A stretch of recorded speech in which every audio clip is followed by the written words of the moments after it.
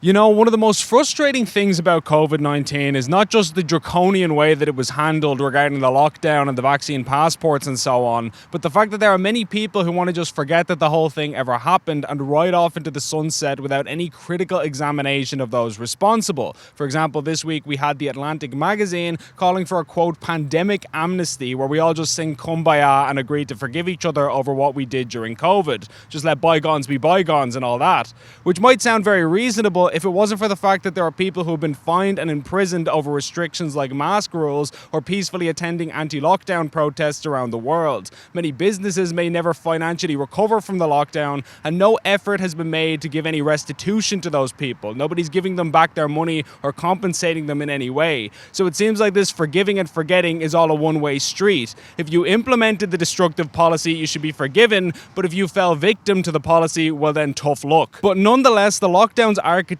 seem eager to avoid any real scrutiny, with Taoiseach Micheál Martin earlier this year saying that he doesn't want to see the main COVID decision makers, quote, looking over their shoulders regarding any inquiries into the matter. So perhaps it wasn't surprising to hear him say the following during a press event on housing targets this week. As the market has changed, we were hit with 2 lockdowns during COVID, which didn't help.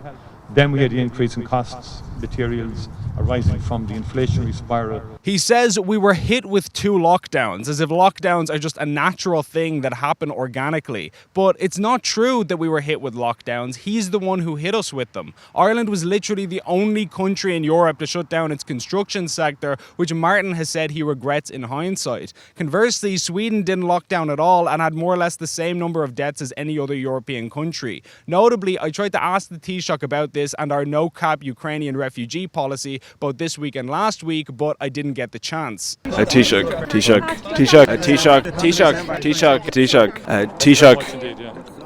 There's no doubt that the government was under severe pressure during the pandemic, but that doesn't absolve them of responsibility, and it's absolutely vital for our republic that these decisions are investigated to the fullest extent to allow the truth to come out.